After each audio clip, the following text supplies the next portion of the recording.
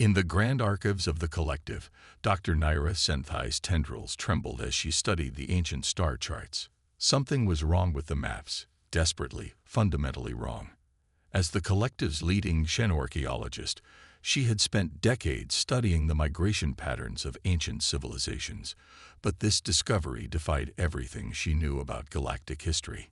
Every civilization, from the crystalline Axleth to the gaseous Velu, had mapped their journeys across the stars. Their paths wove through space like countless silver threads, creating a tapestry of exploration that spanned millions of years.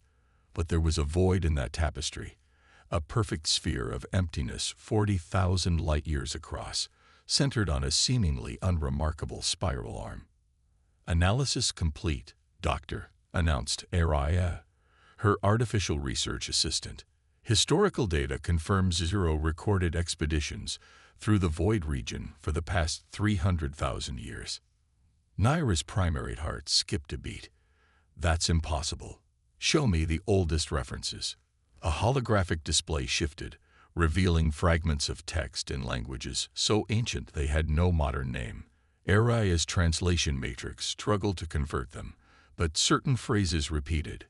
"The sleepers, those who guard," and most intriguingly, "the changed ones." A soft chime interrupted her study. "Dr. Senthai." The voice belonged to First Speaker Vexlor, her department head. "The Council requests your presence. Immediately." The council chamber was a marvel of biological architecture, its living walls pulsing with bioluminescent patterns that reflected the members' moods. Today, those patterns showed agitation, fear even. Naira had never seen anything like it. "Doctor," began High Counselor Zara, her crystalline form refracting the chamber's light, "we understand you've been investigating restricted historical records." "Yes, Counselor. I've discovered something extraordinary about the human quarantine zone," interrupted another council member, his vapor form crackling with energy. "A matter that was sealed by unanimous decision of the founding races." Naira's tendrils coiled in confusion. "Humans, the primitive species from the Sol system. But they've only been spacefaring for a few centuries." The chamber fell silent. Zara's crystal matrix dimmed. "What you found predates human emergence by hundreds of thousands of years. Yet it speaks of them, doesn't it? Of what they would become." "I don't understand." "No one does, Doctor. That's precisely the point." Zora projected a modern star chart. "Humanity claims only a small portion of that void you discovered. Yet no species dares to enter any part of it. Do you know why?" "The official documents cite radiation hazards and gravitational anomalies," Naira replied. "Lies," stated Vexlor flatly. "Comfortable lies we tell ourselves. The truth is far stranger. 15 years ago, a collective deep science vessel violated the quarantine zone. It carried our most advanced sensors and a crew of our finest minds. Do you know what they found?" Naira shook her head. "Nothing. They found nothing at all. No signals, no ships, no stations, just empty space where our instruments showed thriving human colonies should be. And then," Vexlor's voice cracked, "then they began seeing things, impossible things. The laws of physics started breaking down. Space itself seemed to breathe. Only 3 crew members survived," Zora continued. "They spoke of shadows that moved between the stars, of whispers in frequencies that shouldn't exist, and of the humans who appeared from nowhere, surrounded by technology that defied analysis, who ordered them to leave. Not with threats, Doctor, with desperation." Naira's scientific mind raced. But why maintain the deception, if humans are protecting some kind of spatial anomaly? "Because we don't believe they're protecting us from an anomaly," Zora said quietly. "We believe they're protecting us from themselves, or rather, from what they've become." The council chamber's walls pulsed with deep red urgency as Zora continued. "The records you found, Doctor, they're not historical documents. They're warnings, prophecies left by the precursors who shaped humanity into what they are today. And now we need you to help us understand why." Naira felt the weight of millions of years of history pressing down on her. "What exactly are you asking me to do?" "Something forbidden," Zara replied. "We want you to make official contact with the humans, not through their diplomatic course, but directly with their scientists.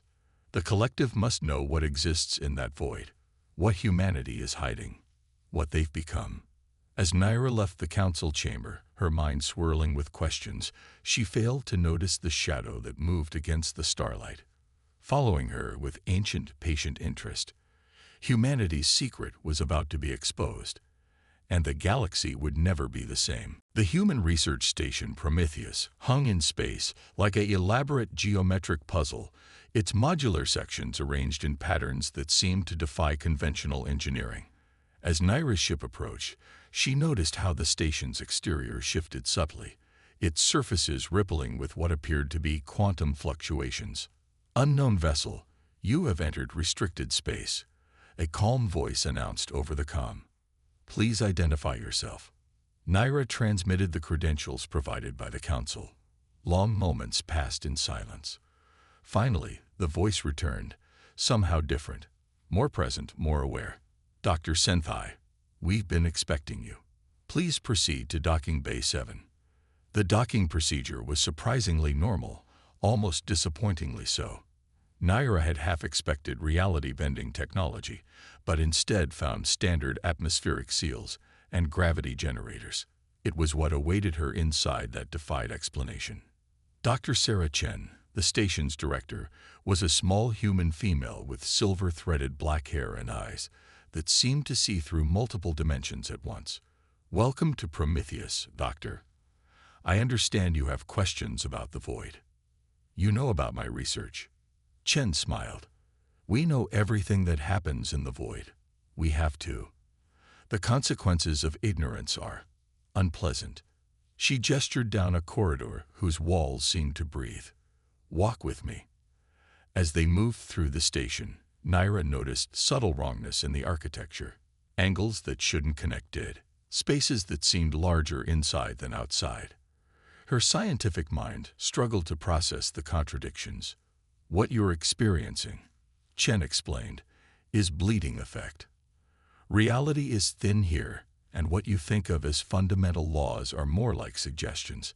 It's why we built Prometheus, to study and contain these effects." They entered a vast chamber dominated by a holographic display of space, unlike anything Naira had seen.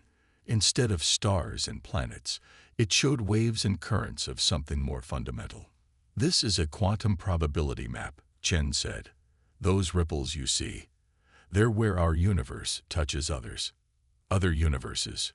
But that's theoretical. Nothing about this is theoretical, Doctor.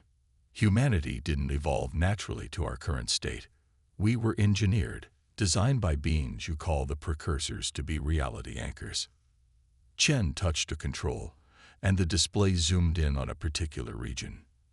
Naira's tendrils coiled in shock as she saw what looked like tears in the fabric of space itself, with darkness seeping through. But around each tear, there were structures, human structures, holding the edges together. 300,000 years ago, the precursors discovered something terrible, Chen continued. "Our universe isn't alone, and not all of its neighbors are friendly. They found breaches, places where things from outside were trying to get in, things that would have destroyed everything you know. The precursors tried to fight them directly. They failed. So they created us, humans, as their last desperate act. They modified our ancestors, built into our very DNA the ability to perceive and interact with quantum boundaries. We're living sutures, Doctor, holding reality together with our presence." Naira's scientific mind raced. "The void is a quarantine zone, yes, but not to protect the galaxy from us, to protect it from what we're containing, every human colony, every station. Every ship in the void serves as an anchor point, reinforcing the boundaries between universes." An alarm sounded, high and urgent. Chen's eyes unfocused for a moment. Speaking of which, she touched another control, and a new image appeared. A breach was forming, reality peeling back like skin from a wound. But around it, human ships were moving into position. "Watch," Chen said softly. The ships arranged themselves in a precise geometric pattern. Energy began to flow between them, and Naira saw something she had never imagined possible. Humans literally reshaping space with their technology and their minds, forcing the breach closed. "This is what we do," Chen explained. "Every day, every hour, across 40,000 light-years of space, we hold back the tide of chaos that would destroy everything. And we do it in secret, because if the galaxy knew the truth, knew what lies on the other side of those breaches." She shuddered. "Fear makes people do terrible things." "But now you know," another voice said. Naira turned to find a tall human male entering the chamber. His eyes held the same multidimensional awareness as Chen's, but there was something else there, an ancient sadness. "I'm Admiral James Morrison, Doctor. The Council sent you to us because they finally realized they need to understand. The void is growing. The breaches are getting stronger. We can't hold them alone anymore." Naira looked back at the display, at the countless tiers in reality, and the human ships and stations desperately holding them shut. "What do you need from me?" "Help us tell the galaxy the truth," Chen said. "Help us prepare them. Because the barriers are failing, and when they do, humanity alone won't be enough to save reality itself." As if to emphasize her words, another alarm sounded. This one was different, deeper, more urgent. Morrison's face went pale. "Sarah, the Helios breach." "I see it." Chen's fingers flew across controls. "Dr. Senthai, it seems you're about to witness firsthand why the galaxy fears to tread in human space, and why that fear, paradoxically, might doom us all." The Helios breach pulsed on the quantum probability map like an infected wound in reality. Around it, 15 human ships maintained a desperate containment pattern, their crews pushing their reality anchoring abilities to their limits. But this time, it wasn't enough. "Energy signatures are off the scale," Chen announced, her fingers dancing across floating holographic controls. "The breach is evolving, adapting." Morrison's face hardened. "They're learning. Signal the Hyperion battle group. We need reinforcements." Naira watched in fascination as more human ships emerged from what appeared to be perfectly normal space, except her scientific instruments showed nothing there. No ships, no signals, just empty void. The humans were operating on a level of reality her technology couldn't even detect. "What exactly are we containing?" she asked. Chen and Morrison exchanged glances. "We call them void hunters," Chen finally said. "They're intelligent. Sort of. They perceive our universe as prey, and they want to feed on it, convert it into something more like their realm." A new alarm blared. On the display, something began emerging from the breach, something that hurt Naira's eyes to look at. It moved in ways that shouldn't be possible, its geometry an insult to physics. "Full containment protocols," Morrison barked. "All ships, execute pattern Omega." The human vessels began moving in impossible synchronization, their crews linking minds through technology Naira couldn't comprehend. Energy fields sprang up between them, forming patterns that seemed to twist through extra dimensions. "The precursors didn't just give us the ability to perceive quantum boundaries," Chen explained, her voice tight with concentration. "They gave us the ability to impose our will on reality itself, to force it to behave the way we think it should." "But that's not how physics works," Naira protested. "That's exactly how physics works," Morrison countered. "Reality is consensual at the quantum level. The precursors made us reality's immune system, antibodies designed to fight this infection. But they never meant for us to do it alone." On the display, the human ship's energy pattern stabilized, pushing the breach closed. The Void Hunter's manifestation began to fade, its impossible geometry forced back into its own universe. But Naira could see the cost. The strain on the human crews was enormous. "This is happening more frequently," Chen said, slumping in exhaustion. The barriers between universes are weakening everywhere, not just in human space. We've detected incursions in the collective's territory, in the Mind's domains, even in the crystal kingdoms. Why haven't we seen them? Because we've been stopping them, Morrison said. But we're reaching our limits. Humanity is burning out, Dr. Senthai. Each generation of reality anchors is weaker than the last. We're losing our precursor modifications. A junior officer rushed into the command center, face pale. Admiral, we're detecting quantum tremors from the Carina sector. Multiple breaches forming. Morrison's expression grew grim. How many? 7, sir. No, 12. They're cascading. It's starting, Chen whispered. The cascade effect we feared. One breach is weakening nearby space, making it easier for others to form. Soon the entire galaxy will face what we've been fighting alone, Morrison finished. Doctor, now you understand why we need the collective's help. We need your science, your resources, your people. The precursors left messages in your ancient archives because they knew this day would come. Naira's mind raced with the implications. The Council will never believe this without proof. They don't need to believe, Chen said. They just need to look at their own space now. The Void Hunters are done testing our defenses. They're ready to hunt. As if to punctuate her words, the quantum probability map lit up with new warnings. Breaches were appearing across the galaxy, far from human space, and this time, there were no reality anchors nearby to stop what was coming through. Take me back to the collective, Naira said firmly. I know how to make them listen, but we have to hurry. Morrison nodded. Lieutenant, prepare a quantum-shielded shuttle. Dr. Senthai, what you've seen here will save lives, she interrupted. The galaxy feared human space because we didn't understand. But understanding brings new fears, doesn't it? Fears we'll have to face together. As they rushed to the shuttle bay, Naira's scientific mind was already composing the report that would shake the collective to its foundations. But one question nagged at her. Why did the precursors choose humans? Out of all species, why were you suitable for modification? Chen's smile was sad. Because we were already broken, Doctor. Humanity had survived its own brush with extinction, emerged from its own darkness. The precursors didn't just need a species that could fight the Void Hunters. They needed one that could look into the abyss without flinching, because we'd already seen our own. The collective's Grand Assembly had never been this crowded. Representatives from every major galactic civilization packed the vast chamber, their varied forms creating a living tapestry of evolutionary diversity.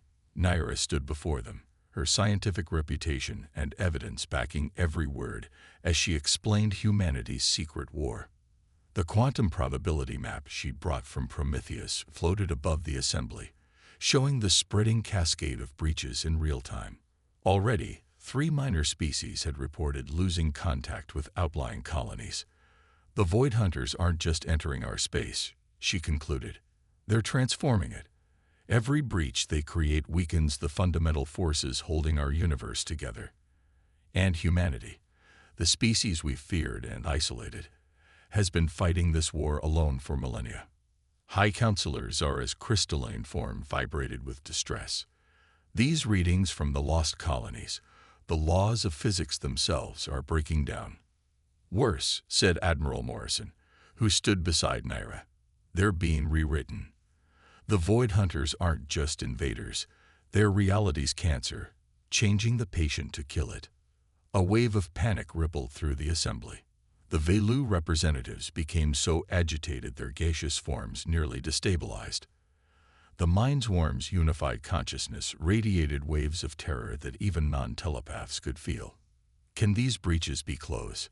Asked the Axleth speaker, its crystalline voice sharp with fear. Yes, Morrison replied, but not by us alone anymore. We need your help. The precursors left instructions in their archives, instructions for modifying other species to share our reality anchoring abilities. Shocked silence fell over the assembly. Selective evolution was considered taboo by most civilizations, a crime against natural development. But extinction was an even less palatable option. The process is dangerous, Morrison continued.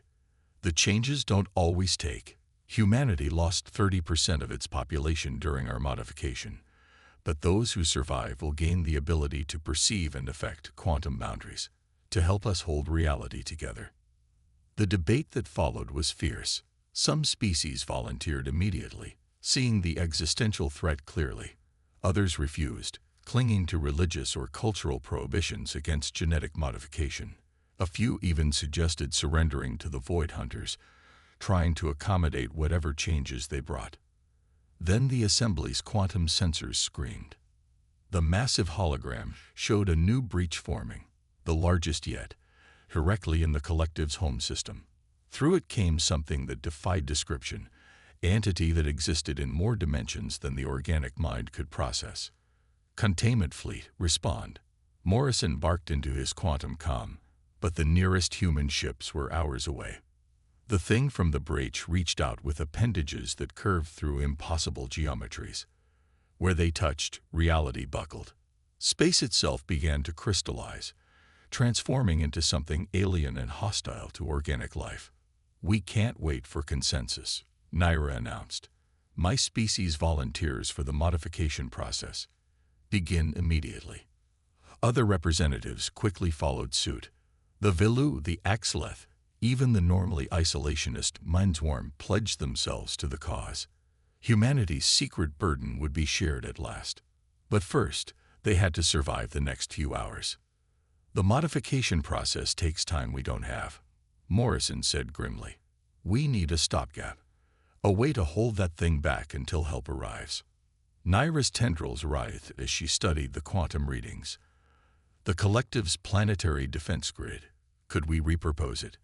Not to destroy the entity, but to create a temporary reality barrier. Morrison's eyes unfocused as he ran mental calculations through his quantum-enhanced consciousness. Maybe, if we can synchronize the grid's energy frequency with our own reality anchoring field. They worked frantically, Naira's theoretical knowledge combining with Morrison's practical experience. The collective's engineers raced to modify their defensive systems according to their calculations, all while the Void Hunter drew closer, its very presence causing space-time to unravel. Grid modification complete, announced the defense controller. But sir, our models show the power requirement will burn out the entire system. We'll be defenseless afterward. If this doesn't work, we won't need defenses, Naira replied. Activate on my mark. The assembled representatives watched in horror and hope as the transformed defense grid powered up. Energy coursed through reorganized arrays, creating a barrier that existed partially outside normal space. The Void Hunter struck it and stopped. For one eternal moment, the barrier held, forcing local space to maintain its natural laws. The entity screamed in frequencies that shouldn't exist, its impossible geometry temporarily constrained by human-designed quantum mathematics. Then the defense grid began to fail. 3 minutes to total system collapse, the controller reported. Morrison checked his quantum comm. Human containment fleet is still 10 minutes out. Naira felt a strange calm settle over her. Then we better hope the modification process works fast, because in 3 minutes, we're going to find out if my species can handle reality anchoring the hard way. The grid's power levels dropped toward critical failure. The Void Hunter began pushing through. And in laboratories across the collective's capital, the first volunteers prepared to undergo the change that had both saved and cursed humanity. The war for reality itself was about to enter a new phase, if they survived the next few minutes. 2 minutes until defense grid failure. In the transformation chambers beneath the Grand Assembly, hundreds of volunteers from different species underwent the precursor modification process. Naira lay in one of the chambers, her body burning with quantum fire as the changes rewrote her DNA. Around her, others screamed as their consciousness expanded into dimensions they were never meant to perceive. Grid failure in 90 seconds, the defense controller announced, voice steady despite the horror pressing against their last barriers. The entity is breaking through. Through newly awakened senses, Naira felt reality straining around them. The Void Hunter wasn't just trying to enter their space, it was trying to convert it, to make their universe suitable for its kind. Already, the laws of physics were becoming suggestions rather than rules. 60 seconds. The human fleet still too far out, Morrison reported. We need to buy more time. Naira forced her eyes open, seeing the world through new layers of perception. The modification was taking hold faster than expected, perhaps because her species had been studying quantum mechanics for millennia, preparing them for this moment without knowing it. I can feel it, she gasped. The quantum boundaries. They're like threads we can pull. Around her, other modified volunteers were coming to the same realization. The Velu representatives, their gaseous forms now shimmering with quantum potential. The crystalline Axleth, their lattices realigning to match reality's base frequency. Even the Mindswarm's unified consciousness was expanding into new dimensions. Grid failing. The barrier flickered, allowing tendrils of impossible geometry to reach through. Everyone who can stand, follow me. Naira commanded, her scientific mind interpreting the new sensations flooding her consciousness. We need to form a containment pattern, just like the humans do. They stumbled from the transformation chambers, their bodies still adjusting to their new capabilities. Above them, through the assembly's transparent dome, the Void Hunter's true form became visible to their enhanced senses. It was vast, ancient, and hungry, a being that consumed universes and left transformed wasteland in its wake. Form a circle, Naira ordered, remembering the patterns she'd seen human ships create. Link minds if you can. Focus on what reality should be, not what the hunter is making it. The modified volunteers formed a rough circle in the assembly's central chamber. Their unpracticed abilities created a stuttering quantum field, barely affecting the space around them. It's not enough, Morrison said.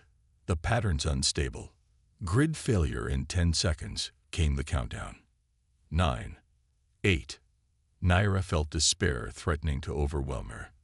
They'd come so far, understood so much, only to fail at the crucial moment. 7, 6. A new presence touched their minds. Through their quantum-enhanced senses, they saw human ships dropping out of reality-twisted space around them. The containment fleet had arrived, not in time to stop the hunter, but in time to join them. 5. Follow our lead. Chen's voice echoed in their minds as her ship joined the pattern. Reality is consensus. We all agree on how space should behave. Now enforce it. 4. The human ships linked with the modified volunteers, their experienced crews showing them how to weave quantum fields together. Naira felt her consciousness expanding further, touching minds both organic and mechanical as they formed a unified defense. 3, 2, 1. The defense grid failed. The Void Hunter surged forward, reality warping around its impossible form. But it met a new barrier, one made of pure will and quantum manipulation, powered by the combined strength of humanity and their newly modified allies. Hold the pattern, Morrison commanded. Push it back to its own universe. They fought with everything they had, humans with their centuries of experience.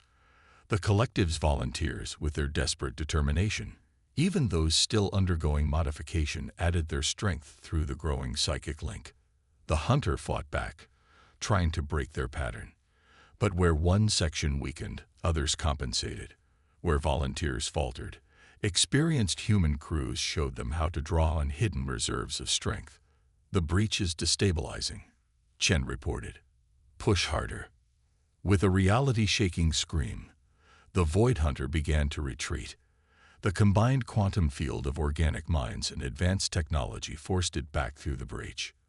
Reality snapped back to normal parameters, hemorrhaging but healing. Breach sealed, Morrison announced. Good work, everyone. Especially you, Dr. Senthai. Your species adapted to the modification faster than we ever did. Naira could barely focus enough to respond. The effort had drained her, but her mind was already racing with the implications of what they'd achieved. This is just the beginning, isn't it? There will be more breaches, more hunters. Yes, Chen said. But now you understand why we need each other. Humanity was never meant to guard reality alone. The precursors designed us to be teachers, to help other species take up this burden when the time came. In the days that followed, more volunteers underwent modification. The success of the first group inspired others, even species that had initially refused. Research teams formed to combine human experience with new perspectives, developing better techniques for breach containment. The void that had once marked the boundary of human space became the galaxy's first line of defense. Where mystery and fear had reigned, understanding and cooperation took root. Ships of all species trained together, learning to protect reality itself. Naira stood in the newly established Quantum Defense Academy, watching representatives from a dozen species learning to use their new abilities. The galaxy would never be the same, but perhaps that had been the precursor's plan all along. "Ready for your first official patrol?" Morrison asked, joining her at the observation window. She nodded, her enhanced senses already reaching out to touch the quantum boundaries around them. The hunter showed us one possible future, a universe transformed into something hostile to organic life.